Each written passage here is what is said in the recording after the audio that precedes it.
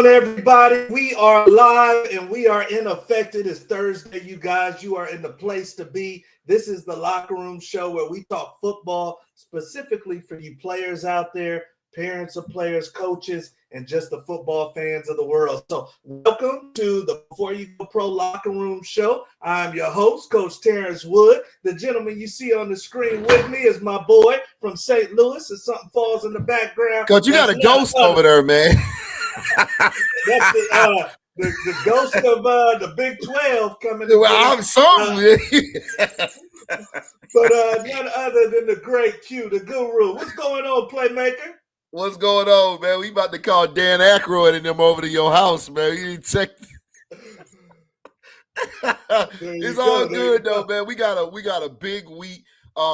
Man, we getting closer and closer to the playoffs, man. So we really got we're gonna talk a little bit about that, but it's about to go down. And I'm interested, to see, as we all are, who's gonna get ranked where, man, and how this is gonna pan out. So yeah, definitely big time topics tonight, you guys. And for those that were expecting to see the great coach Kurt Gouveia, we do apologize. Kurt was so mad that he could not attend. He literally just hit us before the show. This is a live coach, an active coach, you guys. We bring on people that are getting after it, and every once in a while, coaches will have a late meeting. So he had a late meeting, Q, and he apologized, but we'll get Coach back on soon, you guys, and appreciate you joining us. We got a great show, and you with the right people anyway. We're going to make it happen. So let's get right into it, you guys. Like I said, we were supposed to have the great Coach Kurt Gouveia. This is a dear friend of mine. He's actually recruited many of our players, played in the NFL 13 seasons, two-time Super Bowl champ, and we will make sure that we have him on again soon, you guys. He's coaching at D3 Brevard University. He wants to recruit some of our players. So some of you guys out there still looking for a home, Coach has some spots for you. So we'll talk about that, but we'll have Coach on again soon within the next couple of weeks. So thank you guys for joining us. You got Q, you got Coach Wood, and we're going to make sure you feel good about tonight's show. They are trying to screw everybody not in the SEC. So Jimmy, we already knew that. Tell us what we don't know. Yeah, he already fired up. So let's get into it, you guys. You see the topics on the bottom ticker if you're joining us for the very first time. And we're going to jump right into these college football playoff rankings, Q. What you see on the screen is what we got. And then obviously, we got our top four, our conference champions. But Oregon, Texas, they put Boise in, Q. Boise in the 4th spot, and then Miami in the 3 spot. So you know what I'm gonna bring up first, man. You sitting up here with 2 Big 12 former players. When you look at that, do you think that that's right? Do you think that Boise should be able to leapfrog the Power 4 conference schools? Well, I mean, I've been saying this all season. I will continue. Boise is no surprise. Yes, they have a Heisman candidate at running back, but Boise has been a giant killer for decades, man. They've been knocking off top 10 teams for decades. So that doesn't surprise me in the least. They show up, they execute. They've never been where they have an overwhelming amount of 4 or 5-star kids. They get in the transfers they need. But those kids that go to Boise, they execute every game week in and week out, and they win. It's nothing new. You can go back 10 years ago, you're going to see the same result. Now, do you think that they should? Now, you're right, 100%. Boise always brings the fight, but do you think that they should be ranked over a Big 12 team that wins the championship, or maybe a 2-loss team in the SEC, Big 10, or ACC? Well, I mean, when you look at it, you still got to go. Of course, we look at strength and schedule, man. But it's like, again, I mean, you look at where they're at, man, and it's like, I mean, they're a 1-loss team. That you got to give it to them. You can't. It's hard to be where you have 2 or 3 losses because of your conference. I mean, hell, man, show up and win. Show up and win. Like you got to show up every single Saturday, and that's what we keep seeing all these upsets is because people are looking past particular teams on the schedule. These guys got one loss and really shouldn't even have lost that game. They really should be undefeated. So I can't say I disagree with that, even though I'm always going to be Big 12 biased, right? But I mean, it to me, I really don't have. It may be a few other seeds that I have that I would possibly question, but as far as these four, I really don't have any qualms about that. And obviously some big games coming up this weekend, you guys. So all of this will still play out. You guys know I used to play for the Buffs. Q used to play for KU. So our universities are matching up this weekend, and that's going to be a fun one. We've got Arizona State. We got BYU. So there's a lot of games. Indiana, Ohio State. So a lot of games that hold a lot of weight, Q, for the national championship picture, man. I want to ask you about this, though. If you look at the rankings right here and you look at the bottom, number 18 is Army at 9-0. Right. And they play Notre Dame this weekend, who's in the playoffs, if it all ended today. And then they play Tulane. So let me ask you this. If Army goes on to beat Notre Dame and Tulane and finishes the season undefeated, do they deserve to be in the top four? They do, but they won't. And we all know that. We know that obviously this has to do with wins and losses, but it's always going to boil down to money, Coach. And that being said, when it comes to media coverage, no one is going to sit down and watch Army. Definitely, it just is what it is. They go off of a lot of things. They go off of how many, the type of play, the type of, how many points you're putting up, how well do you travel. It's a lot of factors in which, as far as the media that is going to help or hurt you. Army can go undefeated, and they'll slide up maybe in the top 12. But as far as being a top 4, no, because, again, it's this. How they travel, man. The people, it's about how many people are going to tune in to really watch Army, and it's unfortunate, but the truth. Okay, and in my opinion, man, I think that this Boise thing is a little bit of something just to get everybody's attention. I don't really think that they're going to put a school that's group of 5 over a Power 4 conference champion. I think it's just something to get everybody riled up a little bit. But I think that if they do end up doing that, where they put a group of 4 champ over a Power 4 champ, that you almost got to scrap the whole process. I mean, it devalues the Power 4 so much. It does, but again, I put it like this, Coach. Yes and no, because if you look at it, the only 2 teams that can be where Boise's at is them and Notre Dame. Notre Dame is Notre Dame. They're their own enigma. They're just Notre Dame. They're in their own class. But again, Boise, they've been doing it for so long, and every time you match them up against the best in the country, they win. So it's almost like they're the exception to the rule. Yes, they're no other team. If you put Louisville or any other team, like, oh, hell no. But Boise, you're not going to really argue that on top of them having a front runner for the Heisman. So it's like they're the only team that's like, yeah, you're putting them in over a Power 5, but we got to give them a pass because of their history, their current record, and they have a Heisman candidate. That's enough. Okay. So you're saying they're different than the other group of 5? They are. They always have been. Absolutely. All right. And you guys let us know your opinion. If you're joining us live, you're with Coach Wood and the great Q, the guru. Unfortunately, we couldn't have Kurt Gouveia tonight, Coach Gouveia, but he's going to come in again. He had a late meeting, you guys. So, hey, playoffs right there. How do you guys feel about the current playoff situation? Do you think that this is lined up the way it should be, or do you think that this is off and they need to make changes? So very, very interesting to see how that's going to play out. Yeah, it is. There's still going to be some pissed off fan bases at the end of it. We said that, Coach. We said we were like, people thought it was just going to end with Florida State last year. We said somebody's going to be mad. It's going to be some AD going postal because his school got screwed. So we'll see. We just got to see who it's going to be. It's inevitable. We just got to sit back and see which school it's going to be. We got to see who it's going to be, you guys. So, hey, we're on to our next topic, and this one is big, Q, because we're at that time, man. We're at that time of year where we're trying to figure out college football playoffs, and then the high school kids. The high school kids are in the thick of it, man, and some of them are fighting for that state championship. And I know that you on a very talented team in high school. Did you guys win it all, or did you go to state? No, we won it all.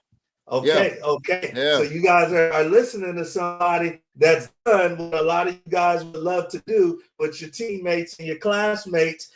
We were terrible at my high school, but of course we won a championship when I got to Colorado in college. So I want to ask you, Q, when you think back, man, to those times, the time where you got to put a state championship banner in the gym, you got to put a state championship ring on your finger.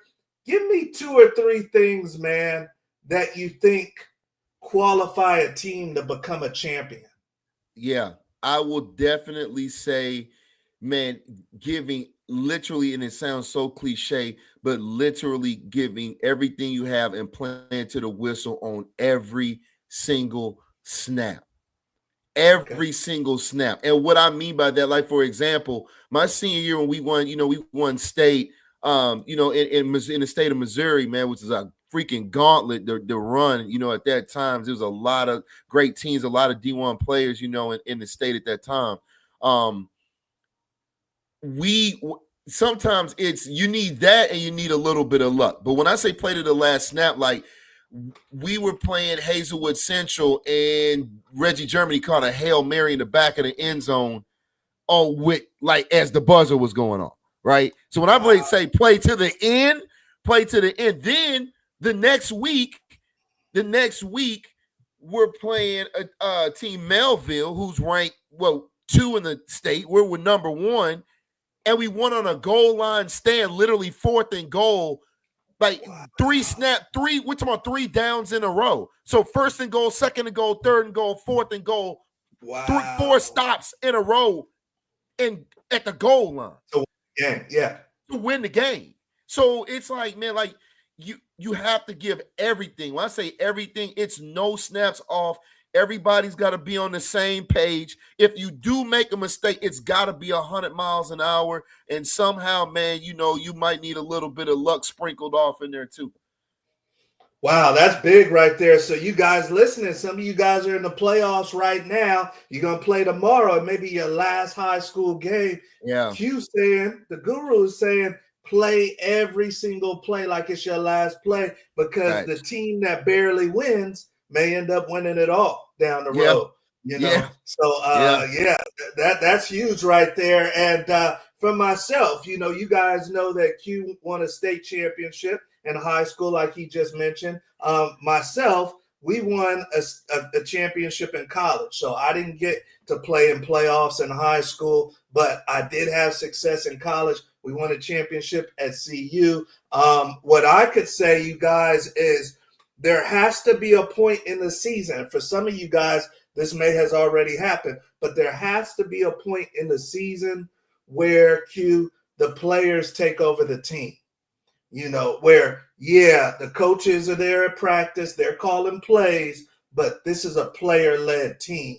If there's any issues, if anybody's not busting their ass, it's going to be handled by the players. And that's what I can remember, you guys, when I won a Big 12 championship at Colorado. There was a point in time, in the season, where we said, y'all step back to the coaches. We got this. And the seniors actually took the lead. Yeah. So I think every championship team, you guys, has those 2 things. Every player is playing till like their life depends on it, just like Q said. And then the team has to be led by the players. It's got to be led by those alpha males on the team that are not going to settle for less. So Yeah, Jimmy absolutely. says BYU needs to win the Big 12 to make the play. Yeah, you're right, Jimmy. I think the ACC and the Big 12, you got to win it to go to the playoffs, or else you're in jeopardy. If you're the number Yeah. 2 team, Q, you're in jeopardy. And Yep. this is And we showing it. said that. You know? Absolutely. Like the only people's getting a pass is SEC and Big Ten. Other than that, which is unfortunate, but it's like, yeah, you're going to have to win it all. Big Yeah, you have ACC to and win it Big all. 12. You're going to have to win it all. That's your only way up in there. There's no other way. Yep. Yep, you guys, they're already showing the bias. And if you're in that conference and you're a player, you know what it is. You got to win it all. So we are on to our next topic, you guys. And once again, we will have Coach Gouveia soon. We switched up some of the topics for you so that we can engage you guys and have some fun tonight. This was one that we've talked about a few times. And Yeah. we're going to Boulder, Colorado for this one. And the great Travis Hunter, it's getting closer, Q. It's getting closer to the draft time and things kind of panning out, Heisman Trophy and everything. And it's getting to that time, man, that those teams at the top of the draft really got to get serious that if they draft Travis, what side of the ball are you going to put him on? What side of the ball? Now, he's on camera saying that he's going to play both. He says he wants to play both. He intends to play both offense and defense. Not much variation from what we see right now in Boulder. But I want to ask you, man, let's say you're one of those teams at the top. You're the Giants. You're the Raiders. Q the Guru is the GM. Are you willing to take him if he wants to play both, or do you need him to just stay to one side of the field? If you are choosing him, what side of the field is the Guru putting him on? Yeah, and like you said, Coach, we've talked about this a number of times, and of course we'll continue to. He needs to be a corner. The way I would structure with Travis is we're not going to take. He's too electrifying to take the ball completely out of his hands, so we're not going to do that. But when you look at a GM standpoint, an owner, these high profile players are an investment. I need my return on investment. I can't get that if he's playing full time on both sides of the ball and on this level, because the physicality of the game is increased even more on Sundays, right? Okay. So it's too high of a risk. It's not about doubting his ability, but it's too high of a risk. What I propose that they do, which I'm 9 times out of 10, I would think a team is going to do, is we're going to draft him as a corner and basically write some type of guarantee that within his contract that he'll have offensive packages, right? Okay. So, and say, for example, Coach, we'll guarantee you 15 offensive snaps a game, something like that. Well, we put a cap on it, but you're a corner, right? Yeah. Even if we sprinkle in a couple of returns, but we're not going to do 50 snaps over here, 60 snaps over here. I'm not going to get my return on investment as an owner or a general manager. And then let's be honest, Travis has already fought through injuries. And then again, you have a more physical level of play. That's not a good that's not a good mix. Do you think that you have teams at the top of the draft that are split in-house on which side of the ball he should play on? Absolutely, because this is going to be tough for anybody.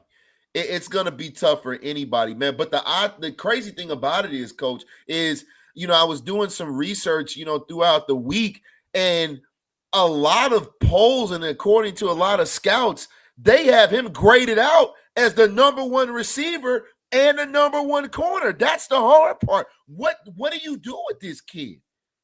What do you do with them? I mean, if you draft them as a as a wide receiver, which is fine, you draft them, first off the board as a wide receiver, but then it's like, his ability, and we all know, defense is going to be key on any level, so you can't not let him be out there. So it's going to be really, really tough because we never really seen anything like this before, man. We haven't.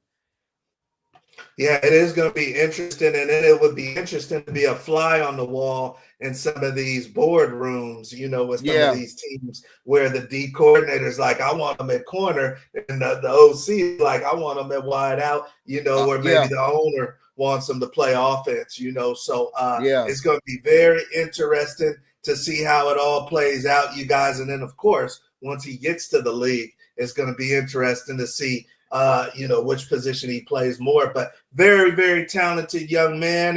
And I for think sure. because he has stayed healthy, it's made the conversation more compelling.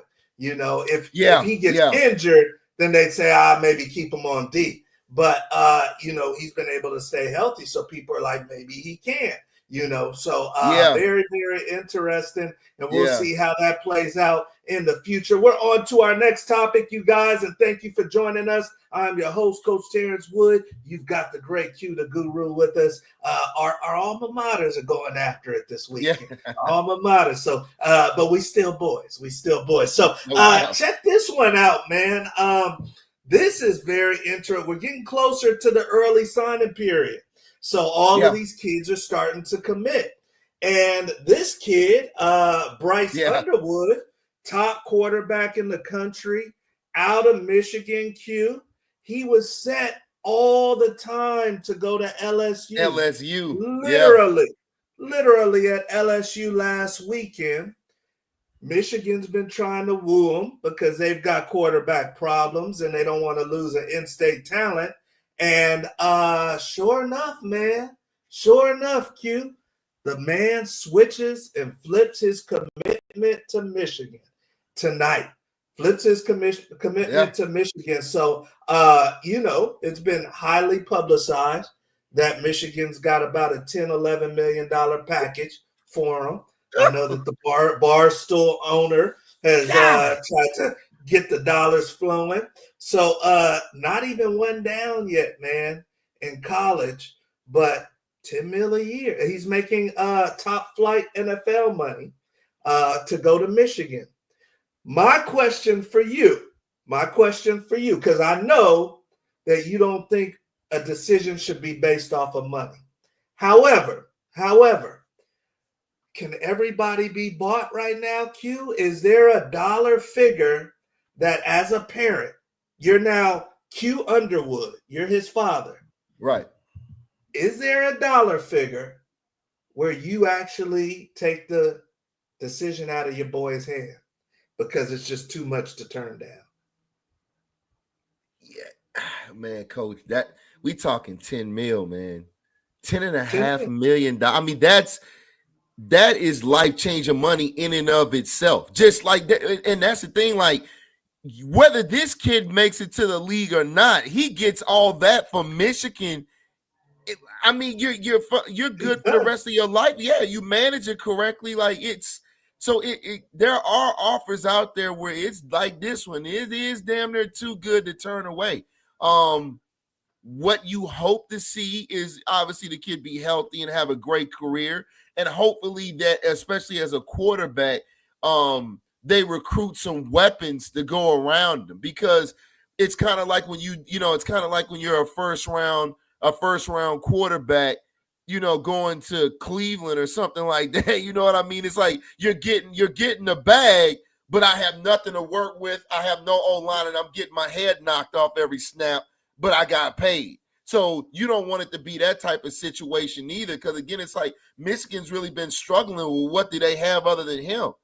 I mean, that's fine. They give him the bag, but it's like, man, I mean, there's a quarterback, like, hell, throw to who? All the top wide receivers are going to play with Arch and other guys. You see what I mean? Ohio State. Yeah. Yeah, Ohio State, exactly. So it's like I'm getting my bag, but I'm going 1-11 for 3 years. So you Yeah. do have to balance that out, man. And it'd be like, yeah, you want a bag, but it's about getting a bag in a situation, a great program, which Michigan is, but in a situation where I can get a bag and I can still win. You But you know, are saying that there is an element of that's just too much money to turn down. man, that's way too much money. Not 10 mil, man. Like you said, you got some starters in the league, man, definitely backups that are not seeing anywhere close to that. This kid's in high Yeah. school and hasn't even played a snap. Justin Fields isn't seeing that in Pittsburgh. No, absolutely not. So, yeah. But I tell you what these kids need to understand, and any, highly recruited kid that might be, listen to us tonight. You want the bag, you'll get it. But I tell you what, that pressure's on from day one, and you better show up every damn Saturday too. Every Saturday, not every other, every Saturday, because they're gonna have their eye on you, and you're gonna have to earn every dollar of that bag they're dropping. It's almost $1 million a game. Damn it's near. Almost $1 million a game, bro. Can you picture playing in college and making $1 million a game? I tell you what, you better be putting up 35 points a game too. But again, how you gonna do that with what weapons? You see what I mean? You turn around, you don't have a 1,500-yard horse behind you. You don't have, like I said, like Texas or Ohio State, where you got a bunch of 4- and 5-star wide receivers. Michigan is in the hole right now as far as talent. We haven't seen them like this in a while. I know they're hoping to woo some wide receivers and some. They're gonna have to. With and the thing is, how much? Yeah, and the thing is, Coach, well, if you're going to get this kid some weapons, well, how much are you willing to pay? Because if I'm a 4- or 5-star wide receiver and you paid him 10, you're going to have to give me at least in the ballpark. At least 6 or 7.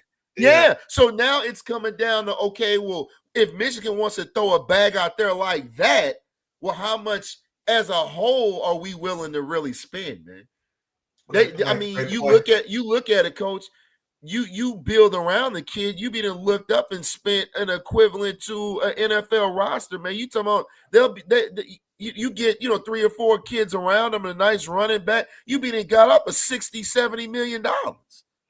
Yeah, and you better win at that point. So this is important, you guys, because this is real time. This happened today. He committed today, and everybody knows why he committed. I think the money was a little bit too much to turn down because LSU is NIL Mecca too. So you know that they had a bag too, but it must not have been this big. And he is staying in Michigan. Bryce Underwood staying in Michigan. But this is relative to you young athletes out there. This money is real.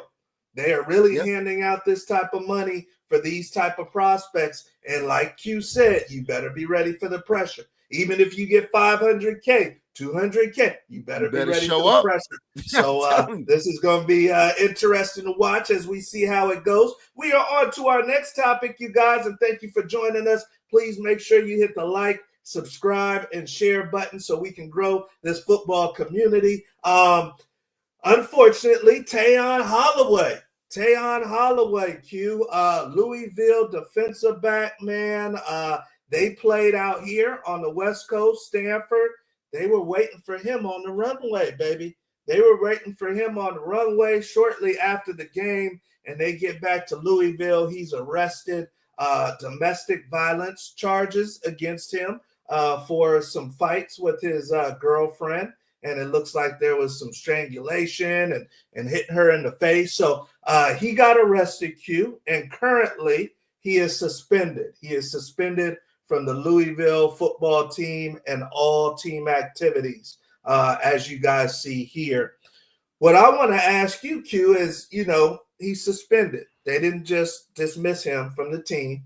For the young athletes that are listening, what do you think goes on behind closed doors? Athletic director, head coach, recruiter, what type of conversations are going on behind closed doors on whether or not they keep a young man like this? Well, first of all, they're going to look at how is this going to affect recruiting? Because if we keep a kid like this, then that means that our program is acceptable of this type of behavior, right? Now you have your kids high on your recruiting list looking like, or at least their parents looking like, well, I don't want my kid, to be associated in any way with the program that's acceptable of that type of behavior, right? So that's going to be the first and foremost is going to be the recruiting. Now, on the flip side of that, if you give them the axe, then it's one of those things where, as we said, down below on the ticker, well, hey, does a kid, a young man make a mistake? Do you send him to anger management, to counseling, and give him a second chance, and that's really, Do you really think that's determined based off of the charges or based off of who the kid is to the team, or a little bit of both? I would say a little bit of both, but unfortunately, we are talking about a kid of value to the team. Like, for example, if we were talking about this situation back in the day and this was Charles Woodson, I think we pretty much know how this is going to play out. It may not be a slap on the wrist, but he's not going to get kicked off the team in no way, shape, or form. So it definitely had that is a part of it, man. I just, it's a locker room. We raw and real. Like, it just is. Do you think that coaches have a blanket rule as far as, hey, these charges are too big to overlook? Or do you think it is basically player by player case? Man, Coach, that's going to depend on the staff, right? I mean, Okay.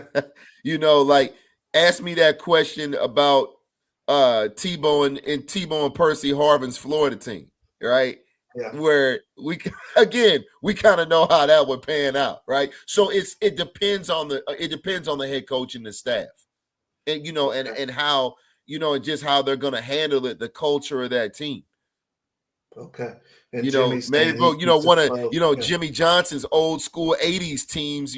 Like we know how that's going to pan out. And if the kid's a dog, he ain't going anywhere. And that's just real. It's unfortunate, but that's the truth. So we just we got to see. Yeah, this one will be interesting, you guys. And, this is the real world. Kids get in trouble off the field, but there's a certain thing called talent tolerance, you guys.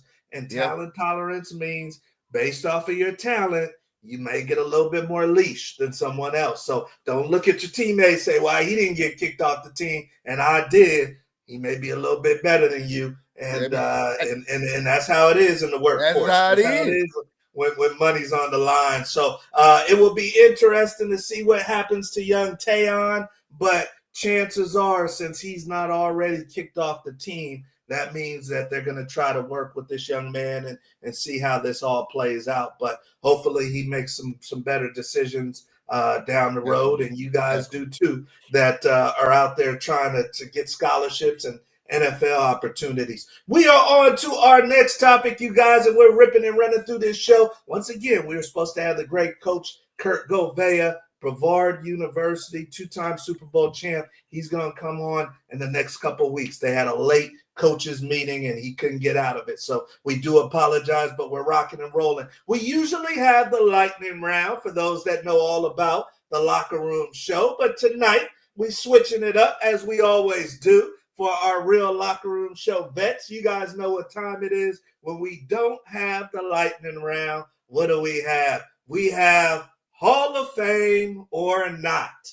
Hall of Fame or not, where we ask the guru to get his crystal ball out and tell us who should be in the Hall of Fame and who shouldn't.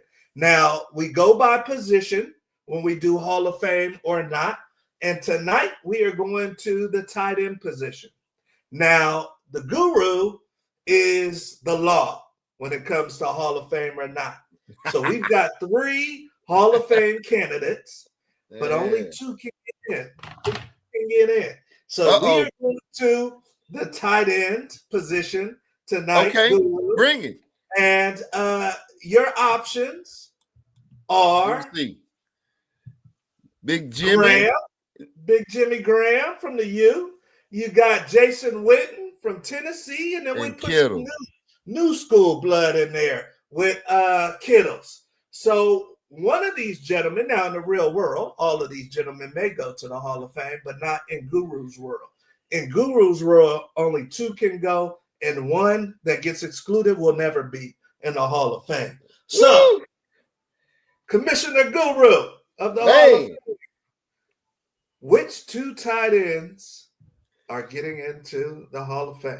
And which one Coach, we gonna rip the Band-Aid off. We know Witten, obviously one of the greatest to ever do it, hands down. So we'll get him out the way. Okay. I tell you what, I like Kittle. Great player, man. Always shows up. Great toughness, all the intangibles. But I like Jimmy Graham. I like how I like the dynamic of him and Drew, and how when he put him to work, like he like just took over the game, man. He really did, man. He was fun to watch. I'm gonna, you know what? I'm gonna go with Jimmy Graham, man. All I'm right, gonna go all with Whitney right, and Jimmy Graham. Yeah, all right. I am. So, sorry, baby, but no matter what you do, the rest of your career, you're not getting in the Guru's Hall of Fame. So that is it right there. We got Jimmy Graham going in, gold jacket, and we got the great Jason Witten. Like I For said, all sure. three of these gentlemen may eventually get in, but that is Hall of Fame or not. Hall of Fame or not, you guys. So, hey, we appreciate you guys joining us tonight. Once again, sorry that Coach couldn't come in, but we rock and roll regardless. And Q, big weekend, man. Like I said, we got playoffs coming, college football being Yeah. sorted out. Heisman, do you think Heisman is totally done? Man, that's gonna be. I tell you what, that I put it like this: between, I think we know the front runners, man, is Travis and Jeanty out of out of Boise State. I think this is gonna be the tightest voting that we've seen maybe in the last decade. It's no Okay. that we know there's no as good as Travis is. Man, this kid is phenomenal. I mean, this kid is putting up 120 yards a game, 130 yards a game, and averaging what 6-7 yards a pop almost. Like so, this is going to be a tight voting, man. Like in Heisman So voting you in the say no, past, you don't think it's going to be a quarterback? I don't think it's going to be a quarterback. It's not going to Okay. be a quarterback. It's down to those two guys, and I think we kind of know that. I like Cam. I think I do. But these two guys are the front runners, man. And it's going to be interesting to see. Both of them deserve it. But then again, you look at Travis, and it's almost like, well, hell, if he doesn't get the Heisman, and we were talking about this earlier, if he doesn't get the Heisman, you almost still got to put him up for the Bolitnikoff. And do you arguably put him in the Thorpe category? That's the I sick think part he's a about top him. four. Yeah, I think he could easily Yeah, be so considered top like four, top Travis three. is, yeah, it's way beyond the Heisman. You got to put him on the Thorpe list, and you got to put him on the Bullet. That's what I'm saying. This kid, man, it's gonna be. So I feel sorry for GMs, man. When like come draft time, man, I don't know what they're gonna do with the kid, man. I really don't. That's gonna be absolute this confusion in the war room. Where do we take them? You're gonna take the best available, but when we get them in the camp, what the hell do we do with this kid, man? Good question. If you guys are live with us, thank you for joining us live. If you have a question for myself or for the guru, please put it in the comments section. But thank you for joining us. Q, I've got one for you, man. A lot of coaches, we're at that time of season where coaches are getting the axe. I saw UMass coach get fired. I've seen some other coaches and OCs and everything get fired. Talk to me if you're a kid that's already in the locker room, or maybe a kid that's considering, has an offer to one of these schools that the coach is getting fired. Should I stick to my commitment if I'm already there, or if I'm Yeah, going there, or do I need to evaluate some things? I think you How need to should I be evaluate. thinking? I think you need to evaluate some things because again, coach, like I tell people, that is the exact situation in both you and I live. The exact situation, man. And it's like I don't care how good you are. I would never, and this is just coming from the guru. I would never urge a kid to play for someone that didn't recruit you ever. Mm, Ever. And it okay. doesn't, because it doesn't matter how good you are, they're Yeah. always going to have pre conversations and agreements with the kids that were on their recruiting board where they were at prior to where they got to where you're at now.